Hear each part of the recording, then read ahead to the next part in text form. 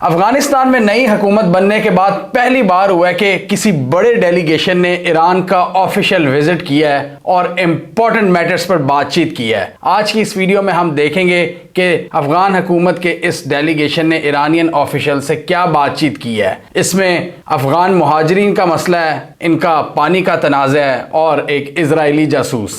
अफगानिस्तान हुकूमत के इस ग्रुप को तालिबान के जो डिप्टी प्राइम मिनिस्टर हैं मुल्ला अब्दुल गनी ब्रदर वो लीड कर रहे थे। इससे अंदाज़ा लगाया जा सकता है कि ये दौरा कितनी अहमियत का हामिल था, जिसमें इनकी टॉप लीडरशिप शामिल थी और इसमें अफगान हुकूमत की जो एक इकनॉमिक डेलीगेशन है वो भी इसका हिस्सा थी, जिसमें इन्होंने इकनॉमिक मैटर्स पर भी बातचीत की है, बायलैटरल ट्रेड पर। ज़्यादातर इनके मुज़ाकरात हुए हैं तेहरान में। ये जो मुल्ला अब्दुल गनी ब्रदर हैं ये डिप्टी प्राइम मिनिस्टर होने के साथ साथ जो इकनॉमिक अफेयर्स हैं अफगानिस्तान के उनको भी देखते हैं। तो इसमें इन्होंने बातचीत की है ईरानियन अथॉरिटीज़ के साथ ट्रेड के हवाले से, ट्रांजिट ट्रेड के हवाले से, ट्रांसपोर्टेशन, इंफ्रास्ट्रक्चर, रेलवेज और बहुत सी रीजनल डेवलपमेंट्स, अफगान मुहाजिरीन का ईरान की तरफ आना। इस हवाले से दोनों ममालिक ने एक Iran Afghanistan joint economic committee बनाई है, जो कि अफगानिस्तान की ये नई हुकूमत बनने के बाद पहली इस तरह की कोई कमेटी है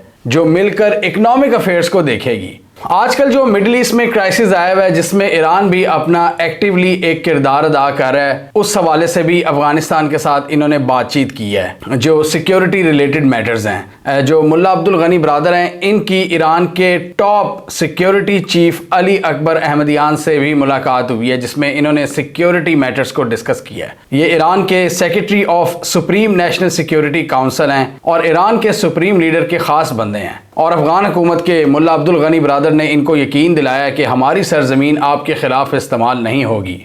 अफगानिस्तान और ईरान के दरमियान सिक्योरिटी रिलेटेड मैटर्स में एक बहुत बड़ी डेवलपमेंट ये हुई है कि इन्होंने मिलकर 3 इसराइली एजेंट पकड़े हैं। इसराइली इंटेलिजेंस एजेंसी मोसाद के लिए ये काम कर रहे थे अफगानिस्तान ईरान बॉर्डर पर, और इनका मंसूबा ये था कि वो अफगानिस्तान से बैठकर ईरान की तरफ कामिकज़ई ड्रोन्स उनको लॉन्च करें और ईरान की जो फैसिलिटीज़ हैं उनको उड़ा दें। और इन तीनों इसराइली एजेंट्स को अफगान और ईरानियन ऑफिशियल्स ने एक जॉइंट ऑपरेशन में गिरफ्तार किया है। इन 3 मोसाद एजेंट्स के पास ईरानियन नेशनैलिटी थी और इनको अफगानिस्तान और ईरान के दरमियान जो बॉर्डर रीजन है, जो पहाड़ी इलाका है ऊपर नीचे, वहां से गिरफ्तार किया गया है। और मुझे इस वाक़े से एक बार फिर कुलभूषण यादव याद आ गया है, जिसको 2016 में पाकिस्तान ने पकड़ा था। वो भी जो बलोचिस्तान सिस्तान प्रोविंस है ईरान का, वहाँ पर एक फेक आइडेंटिटी कार्ड बनवाकर काम कर रहा था हुसैन मुबारक पटेल के नाम से, अपनी आइडेंटिटी चेंज करवाकर। असल में वो इंडियन नेवी का एक रिटायर्ड ऑफिशियल था। इसी तरह इन 3 मोसाद एजेंट्स ने ईरानियन कार्ड्स बनवाए हुए थे और इस डेवलपमेंट को भी अफगानिस्तान के इस विजिट के तनाजुर में देखा जा रहा है कि इसको भी इन्होंने अभी अनाउंस किया है, इस जॉइंट ऑपरेशन को जो ईरान और अफगान हुकाम ने मिलकर किया है। तो इनका एजेंडा ये था कि ये कामिकज़ई ड्रोन्स को लॉन्च करना चाहते थे अफगानिस्तान बॉर्डर से, और ईरान में इन्होंने कुछ टारगेट्स रखे हुए थे, वहाँ पर इन्होंने ये मिसाइल दागने थे। अब इनको ईरान मुंतकिल किया जा चुका है, जहाँ पर इनसे मज़ीद तफ्तीश होगी। और यहाँ पर ईरान ने एक बार फिर इजराइल पर इल्ज़ाम दोहराया है कि इजराइल हमारे मुल्क में सबूताज एक्टिविटीज़ में मुलविस है, कोवर्ट ऑपरेशंस में मुलविस है, ताकि हमारे न्यूक्लियर प्रोग्राम को वो नुकसान पहुंचा सके। और इजराइल ने कई मौक़ों पर ईरान के न्यूक्लियर प्रोग्राम को नुकसान पहुंचाया हुआ है, उनके जो साइंटिस्ट हैं उनको मारा हुआ है खुफिया ऑपरेशंस के ज़रिए। लेकिन यहाँ पर ईरान ने कामयाबी हासिल की है और अफ़गानिस्तान की मदद से। इसके अलावा एक और इनके दरमियान आजकल बात चल रही है, बहुत बड़ी तादाद में अफ़गान मुहाजिरीन अफ़गानिस्तान को छोड़कर ईरान की तरफ जा रहे हैं। और यहाँ पर इंटरेस्टिंग बात यह है कि जहाँ पाकिस्तान पुराने अफ़गान मुहाजिरीन को निकाल रहा है, ये रईसी की जो नई गवर्नमेंट है ये नए अफ़गान मुहाजिरीन को भी एक्सेप्ट कर रही है। और इस वक्त जो एक मोहतात अंदाजे के मुताबिक कहा जा रहा है 5 से 8 मिलियन तक अफ़गान मुहाजिरीन ईरान में पहुँच चुके हैं। और पिछले 2021 में जब ये तालिबान ने टेक ओवर किया था, उसके बाद भी 2 से 3 मिलियन नए अफ़गान एंटर हुए हैं ईरान के अंदर। और यहाँ पर जो ईरान की ऑपोजिशन है ना, जो ऑपोजिशन पार्टी है, जो पिछली गवर्नमेंट वाले लोग हैं, वो कह रहे हैं कि यार ये क्या इनकी स्ट्रेटजी है ये इब्राहिम रईसी की गवर्नमेंट की, कि ये अन्य वाह एंटर कर ही जा रहे हैं अफगानियों को। तो यहाँ पर एनालिस्ट सोच रहे हैं कि इब्राहिम रईसी की इस हवाले से ये क्या थिंकिंग हो सकती है कि ये इतने ज़्यादा अफगान्स को वेलकम कर रहे हैं और बहुत ज़्यादा एक लीनियंट पॉलिसी है अफगान मुहाजिरीन की तरफ, अनलाइक पाकिस्तान जो कि इनको बिल्कुल निकालने के दहाने पर पहुंचा हुआ है। जैसे इमरान खान की ये पॉलिसी थी कि हमने इनको नहीं निकालना, हमने इनको अपने कल्चर में, मतलब हमने मिलकर रहना है, एसिमिलेट करना है, उससे मिलती जुलती पॉलिसी है इब्राहिम रईसी की। लेकिन क्यों? अब ईरान की अपोजिशन पार्टीज कहती हैं कि इसके पीछे कोई हिडन एजेंडा है। अब वो कहते हैं कि इसके पीछे हिडन एजेंडा ये है कि जो हमारी डिक्लाइनिंग पॉपुलेशन है ईरान की, वो उसमें इजाफा करना चाहते हैं इलीगल अफगान इमिग्रेंट्स को घुसाकर, ताकि वो हमारे कल्चर में एसिमिलेट हो जाए, शादियां करें, आबादी बढ़ाएं। तो एक ये रीज़न हो सकती है कि ईरान की जो डिक्लाइनिंग पॉपुलेशन है उसको स्ट्रेंथन करना। और दूसरा वो चाहते हैं, मतलब वो इल्ज़ाम लगा रही हैं अपोजिशन पार्टीज़ के, इब्राहिम रईसी का दूसरा मकसद ये है कि वो ईरान की जो मिलिट्री है उसको स्ट्रेंथन करें, उसकी तादाद में इजाफा करें बाय रिक्रूटिंग यंग शिया हज़ारा अफगान्स। क्योंकि ईरान एक शिया कंट्री है, तो अफगानिस्तान में एक बहुत बड़ी तादाद है शिया हज़ारास की। तो वो कह रहे हैं कि उनको भी ज़्यादा से ज़्यादा इस तरह के फैक्शंस को मौका दिया जाए कि वो ईरान आएँ और वो ईरान की जो आर्मी है उसको ज्वाइन करें। तो मतलब कल्चरल पॉइंट ऑफ व्यू से और सिक्योरिटी पॉइंट ऑफ व्यू से वो इसलिए बहुत ज़्यादा इनकी लीनियंट अप्रोच है कि ये एंटर होने दे रहे हैं अफगान्स को। लेकिन दूसरी तरफ ईरान में एक सेगमेंट वो भी है जो इनके ख़िलाफ़ है कि इतने ज़्यादा अफगान्स को क्यों आप एंटर कर रहे हो, जो इनकी अपोजिशन पार्टीज़ हैं। और वहाँ पर हमें इसी तरह का सेंटिमेंट देखने को मिल रहा है जो ये काकड़ साहब की गवर्नमेंट का अफगानिस्तान के हवाले से है कि नहीं जी, क्या ज़रूरत है इनको आबाद करने की, इनको इतना ज़्यादा हेल्प करने की, ये तो जी मतलब गंवार लोग हैं, ये हमारे मुल्क को ख़राब करेंगे। एक पॉइंट ऑफ व्यू ये भी है। लेकिन रईसी की government very lenient towards Afghan. ये अब इस वक्त जो नंबर्स आ रहे हैं ना, तकरीबन 8 मिलियन अफगान्स ईरान में मौजूद हैं और ये ईरान की टोटल पॉपुलेशन है उसका 10% बनते हैं। मतलब इतनी बड़ी तादाद में कि ईरान में सीधे साधे मतलब 10% जो लोग हैं वो अफगान्स हैं। और ये पिछले 2-3 सालों में इसमें और तेज़ी आई है। जैसे 80s के बाद हमने देखा था पाकिस्तान और ईरान दो बड़े होस्ट कंट्रीज़ के तौर पर सामने आए थे जिन्होंने अफगान्स को सेटल किया था अपने मुल्क में, उन्होंने जगह दी थी, पनाह दी थी। और दूसरा, ईरान की अपोजिशन को ये भी डर है कि इतने ज़्यादा अफगान्स को अगर आप एंटर कर लेंगे तो इसमें इनको हुकूमत ये भी अलाउ कर रही है कि वो प्रॉपर्टी भी बाय कर सकें और एजुकेशन और हेल्थ केयर सिस्टम पर भी वो एक बर्डन बन जाएंगे, लिहाजा इनको कंट्रोल में रखा जाए। इस हवाले से भी बातचीत हुई है अफगान्स और ईरानियन ऑफिशल्स के दरमियान। इसके अलावा अफगान हुकूमत ने ईरानियन ऑफिशियल से रिक्वेस्ट की है कि इनका जो 35% शेयर है अफगान मार्केट में उसको बढ़ाया जाए, यानी ज़्यादा से ज़्यादा ईरानियन प्रोडक्ट्स उनकी मार्केट में आए। या इसका क्या मतलब है कि हमसे ज़्यादा से ज़्यादा आप ट्रेड करें, ट्रांजैक्शंस करें, कस्टम्स में हमारे साथ ताउन को बढ़ाएं, इन्वेस्टमेंट करें और जो हमारे रोड नेटवर्क्स हैं उनको बेहतर करें, हमारी मदद करें।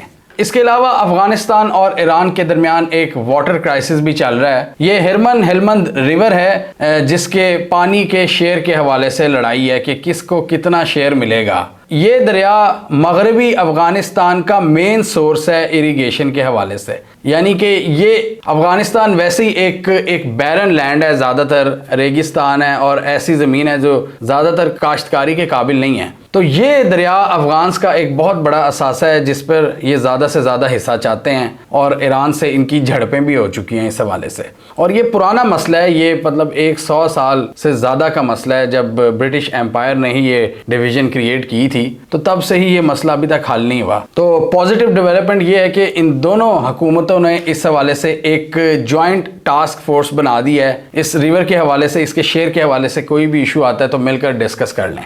इसमें अफगान हुकूमत ने मल्टीपल टाइम्स ये भी कोशिशें की हैं कि इस दरिया का जो बहाव है ईरान की तरफ उसको कम कर दिया जाए, उसमें रुकावटें डाली गई हैं, इसलिए झड़पें ज़्यादा हुई हैं। और ईरान कहता है कि अफगान्स को कोई राइट नहीं पहुंचता कि ये वाटर का जो नेचुरल फ़्लो है उसमें कोई रुकावट क्रिएट करें। जैसे पाकिस्तान इंडिया को कहता है, पाकिस्तान ने भी काफ़ी ज़्यादा एतराज़ात उठाए हुए हैं जो भारत सिंध तास मुआहदे की खिलाफ वर्जी कर रहा है और कई बड़े बड़े दरियाओं पर डैम्स बना रहा है। तो यहाँ पर पाकिस्तान भी यही कहता है कि एक नेचुरल फ़्लो उसको ख़राब नहीं करना चाहिए। और ये एक आलमी कानून है कि आप किसी भी दरिया का रास्ता नहीं रोक सकते। अगर वो अगर किसी एक कंट्री से दूसरी कंट्री में जा रहा है, उसकी जो डाउनवर्ड जो भी डायरेक्शन है, उस रिवाइन को आप ऑल्टर नहीं कर सकते। एक हद तक कर सकते हो अपने मकासद के लिए, लेकिन इस तरह नहीं कर सकते कि उसका पूरा जो सिस्टम है वो डिस्टर्ब हो जाए और वो पूरा पानी ही आप रोक लो। जबकि ये अफ़गानिस्तान की हुकूमत कहती है कि हमने ऐसा कुछ नहीं किया, लेकिन हम अपना हक भी नहीं छोड़ सकते, क्योंकि वो ये कहते हैं कि ये इनका मेन सोर्स है इरिगेशन का उस वेस्टर्न अफ़गानिस्तान में। ईरान और अफ़गानिस्तान यहाँ पर बिल्कुल भी स्लो नहीं है और छक्के पर छक्के मार रहे हैं। यहाँ पर एक और बहुत बड़ी अंडरस्टैंडिंग इन्होंने की है कि चाइना, अफ़गानिस्तान और ईरान के दरमियान एक ट्रेड कॉरिडोर बनाया जाएगा, जिसमें वाहकान कॉरिडोर को इस्तेमाल किया जाएगा। वाहकान कॉरिडोर के थ्रू ईरान की जो चीज़ें, जो गुड्स हैं, वो अफ़गानिस्तान के रास्ते जाएंगी चाइना में, और चाइना और ईरान के दरमियान जो ट्रेड है वो अफ़गानिस्तान की सरजमीन से होकर गुजरेगी। वैसे तो अफ़गानिस्तान के हवाले से बड़ी रीजनल डेवलपमेंट्स हुई हैं, लेकिन वो कोई मटीरियलाइज नहीं हो पाती सिक्योरिटी सिचुएशन की वजह से। पाकिस्तान की पिछली गवर्नमेंट ने भी बहुत ज़्यादा कोशिश की थी कि सेंट्रल एशिया और पाकिस्तान के दरमियान कोई राब्ता बन जाए अफ़गानिस्तान के रास्ते, और पाकिस्तान यूरोप से भी कनेक्ट कर सके, लेकिन वो नहीं मटीरियलाइज हो पाया, बल्कि पाकिस्तान और अफ़गानिस्तान की कुटी हो गई है। तो अब ऑब्वियसली ये जो प्रो रीजन कंट्रीज़ हैं, पाकिस्तान शायद पाकिस्तान को फ़िलहाल नहीं पसंद आ रही प्रो रीजन अप्रोच, लेकिन ये ईरान, अफ़गानिस्तान, चाइना वगैरह ये प्रो रीजन पॉलिसीज़ पर काम कर रहे हैं और कनेक्टिविटी को बढ़ाने पर इत्तफाक कर रहे हैं। पिछले दिनों हमने देखा था कि चाइना ने नया सफ़ीर तैनात किया और उसका ज़बरदस्त इस्तकबाल किया गया अफ़गान हुकूमत की जानिब से, वो हमने देखा था। और फिर हमने ये भी देखा था कि गवादर में अमरीकी एम्बेसडर पहुंच चुका है, और दूसरी तरफ ईरान और चाइना अफ़गानिस्तान के साथ मिलकर काम कर रहे हैं, और अफ़गान हुकूमत ने कहा है कि हम आपको पूरी सिक्योरिटी देंगे, ईरानियंस को कहा है, और इससे अफ़गानिस्तान को भी फ़ायदा है, अफ़गानिस्तान को भी उसका किराया मिलेगा। मतलब ईरान अफ़गानिस्तान को यूज़ करेगा ट्रांजिट ट्रेड के लिए चाइना के साथ, और इस हवाले से भी अफ़गानिस्तान और ईरान ने जॉइंट कमेटीज़ बनाई हैं ताकि इसको स्पीड अप किया जाए। इसके अलावा ईरान उज़्बेकिस्तान से कनेक्ट करने के लिए भी अफ़गानिस्तान से बातचीत कर रहा है, और अगर उज़्बेकिस्तान से ये हो जाती है इनकी कोई सेटिंग अफ़गानिस्तान के रास्ते, तो ये एक बहुत बड़ा एज होगा। ये ना सिर्फ ईरान को, अफ़गानिस्तान को, बल्कि उज़्बेकिस्तान को भी, और ईरान की कनेक्टिविटी फिर सेंट्रल एशिया और यूरोप से बढ़ सकती है।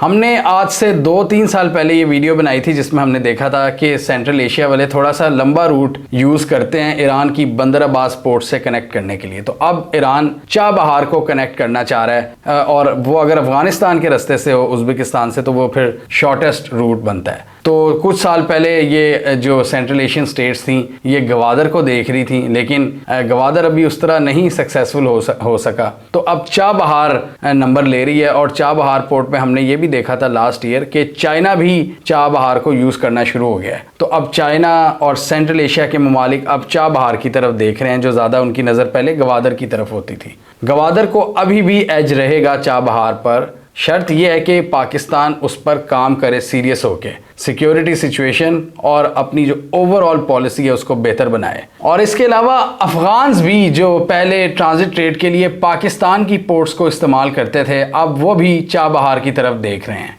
और डेफिनेटली इस डेवलपमेंट के बाद अफगान्स अपना ज़्यादा फोकस ईरान की चाबहार पोर्ट की तरफ कर देंगे।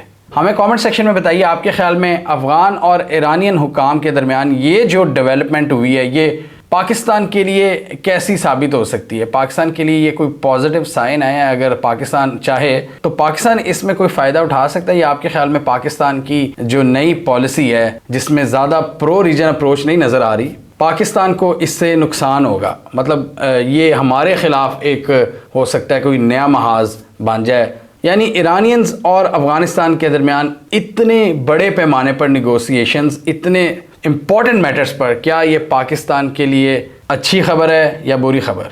कमेंट कीजिए। इसके अलावा हमारा यूट्यूब चैनल सब्सक्राइब कर लो, साथ ही वो बेल आइकॉन भी दबा लें ताकि वो स्टोरीज़ दुनिया भर से पाकिस्तान से जिनकी मेन स्ट्रीम मीडिया पर प्रॉपर कवरेज नहीं होती हमारे प्लेटफॉर्म के थ्रू अब तक टाइम पर पहुँच जाएँ।